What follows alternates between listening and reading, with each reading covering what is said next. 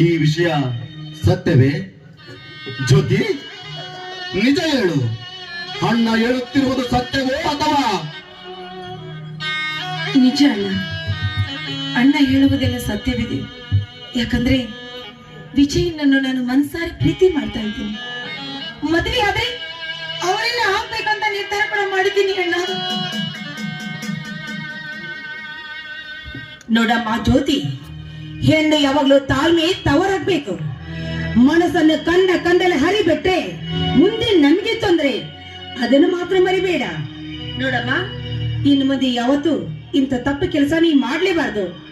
ನಿನ್ನ ಕಿರಿಯ ಮಗ ರಮೇಶನು ಓದಿ ವಿದ್ಯಾವಂತನಾಗಲಿ ಎಂದು ಬಾಯಿ ತುಂಬಾ ಹಾಡಿ ಹಾರೈಸಿದ್ದೆಯಲ್ಲಮ್ಮ. ನಿನಗೆ ತಕ್ಕ ಮಗನಾಗಿ ಮಡದಿಯನ್ನೇ ಮನೆಗೆ ಕರೆದುಕೊಂಡು ಬಂದಿದ್ದಾನೆ. ಇತ್ತ ನಿನ್ನ ಮಗಳು ಜ್ಯೋತಿ ಅವಳ ಪ್ರಾಯದ ಪರಿಸ್ಥಿತಿಯಲ್ಲಿ ಪ್ರಿಯಕರನೊಂದಿಗೆ ಪ್ರಣಯದಾಟ ಆಡಲು ಪ್ರಾರಂಭಿಸಿದ್ದಾಳೆ. ಪ್ರಣಯದಾಟ ಇರ್ಲಿ, ಏನೇ ಆಗ್ಲಿ, ಇವತ್ತು ಬರ್ಲಿ ಆ ಗೈಯಾಳಿ ಮನೆಗೆ. ಇವತ್ತು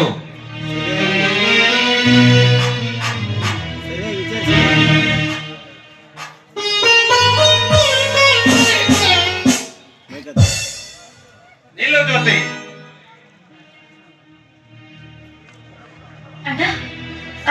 ಇದನ್ನೆಲ್ಲ ಅದಕ್ಕನುಗುಣವಾಗಿ ನೀನು ತಿರುಗುಬಾಣವನ್ನೇ ಬಿಡಲು ಆರಂಭಿಸಿದೆ, ಅಷ್ಟೇ ಅಲ್ಲವೇ? ಜ್ಯೋತಿ, ನಿನ್ನ ಕುಟಿಲ ನಾಟಕವನ್ನು ನನ್ನ ಮುಂದೆ ನಟಿಸಬೇಡ. ನಿಮ್ಮ ಕಳ್ಳ ಪ್ರೇಮ ಎಷ್ಟು ದಿನದಿಂದ ಸಾಗಿದೆ? ನಿಜ ಮಗಳು ಜ್ಯೋತಿ, ಬೆಕ್ಕು ಕಣ್ಣು ಮುಚ್ಚಿಕೊಂಡ ಹಾಲು ಕುಡಿದ್ರೆ ಜಗತ್ತು ಕಣ್ಣು ಮುಚ್ಕೊಂಡಿರುತ್ತೆ ಅಂತ ತಿಳ್ಕೊಂಡಿದ್ಯಾ? ಯಾಕಣ್ಣ, ಯಾಕೆ ಈ ತರ ಮಾತಾಡ್ತಿದ್ದೀರಾ? ಅಂದ್ರೆ ನೀನ್ ಈ ರೀತಿ ಪ್ರಶ್ನೆ ಕೇಳಿದ್ರೆ ನಾವ್ ಏನಂತ ಉತ್ತರಿಸ್ಲಿ? ನಿಮ್ಮ ದೃಷ್ಟಿಯಲ್ಲಿ ನಾನೇನು ಲಂಚ ಗೆಟ್ಟವಳು ಅಂತ ಅನ್ಕೊಂಡಿದ್ದೀರಾ? ಜ್ಯೋತಿ, ಇಲ್ಲದ ವೇದಾಂತ ನನಗೆ ಬೇಕಿಲ್ಲ. ನಿನ್ನ ಹಾಗೂ ವಿಜಯನ ಪ್ರೇಮದ